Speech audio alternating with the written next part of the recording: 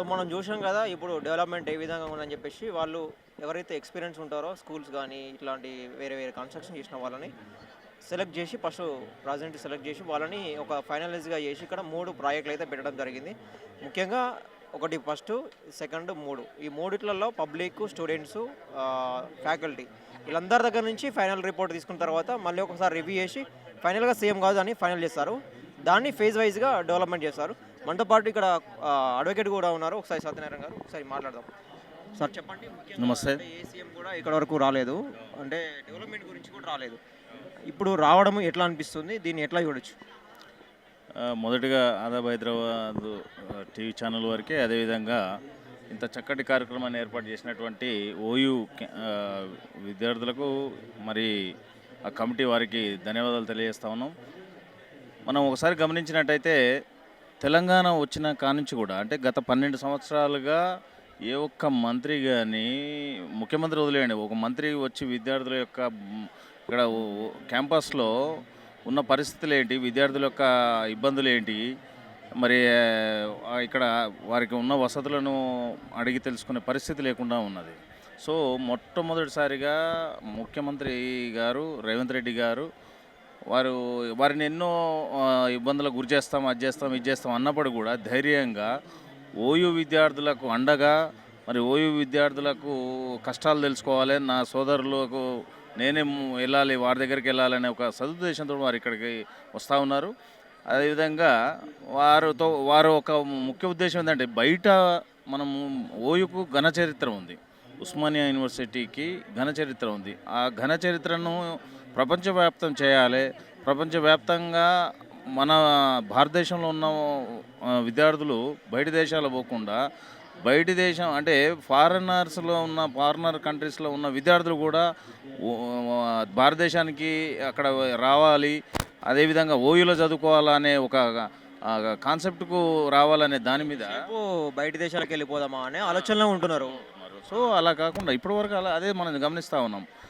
భారతదేశంలో కాకుండా ప్రపంచవ్యాప్తంగా ఇది ఒక మైలురాయిలాగా ఉండాలి.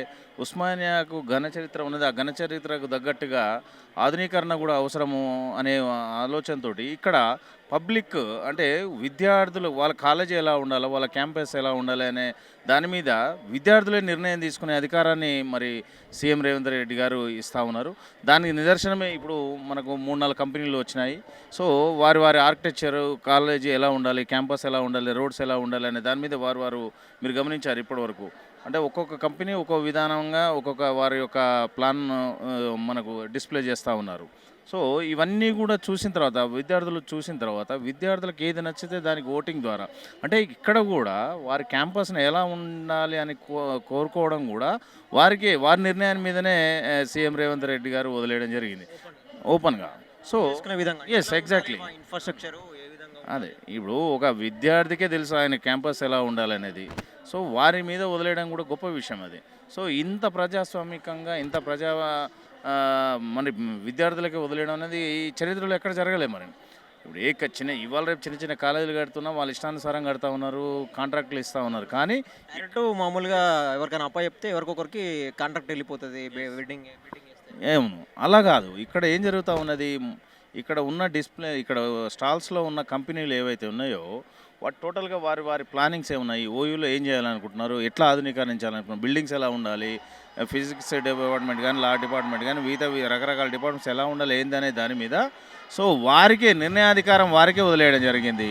సో దీని మీద విద్యార్థులు ఓటింగ్ శాతాన్ని బట్టి ఆ కంపెనీకి కేటాయించాలనేది ప్రభుత్వం యొక్క ఆలోచన.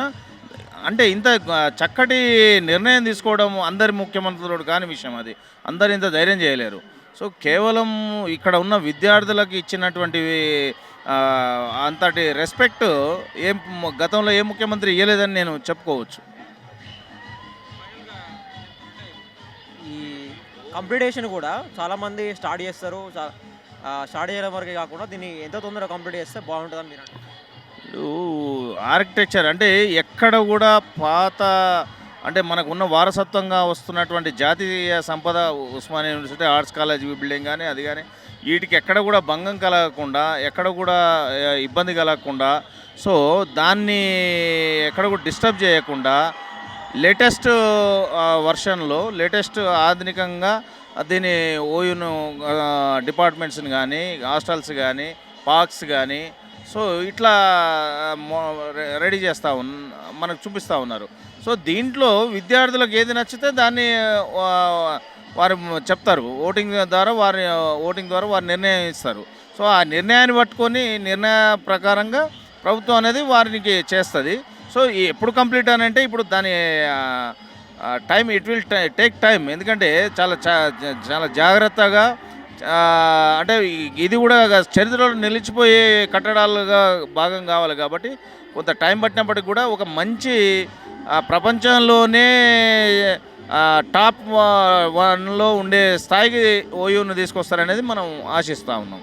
Thank you sir. Thank you, welcome. తో కన్సల్టెంట్ అసోసియేట్ కూడా మనతో పాటు ఉన్నారు. ఒకసారి మాట్లాడించే ప్రయత్నం చేద్దాం. అది we're doing with Ma Architects, and we have done a lot of project in Hyderabad. Last 4 decades we are there in this one designs. Our Tamir Consulting Associate, and we are doing Ramoji Film City. Total we have done.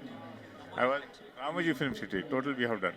I am the in charge for that one. Total now also we are doing the part of the work. Weekly once we'll go and do whatever the things in Ramoji Film City we'll do it. వేరే స్టేట్లో ఏమైనా చేశారా? Other state we have done Maharashtra, Madhya Pradesh, and Bhopal, Bhubaneswar, Raigad, Raipur. Raipur we have done many projects. We have done Bangalore, Chennai, and Hyderabad also. ఇప్పుడు once proposal అయిన తర్వాత almost ఎన్ని రోజులు పడుతుంది ఇట్లా ఈ మొత్తం కంప్లీట్ కావడానికి? Then we have to calculate for how much volume of the work. Then we have to phase wise we have to do this. Phase wise we have to. In one time we cannot. Phase wise we have to make the phase first phase what the urgency they required. Accordingly we'll start that work. What is necessary for this one now, that work we'll start now.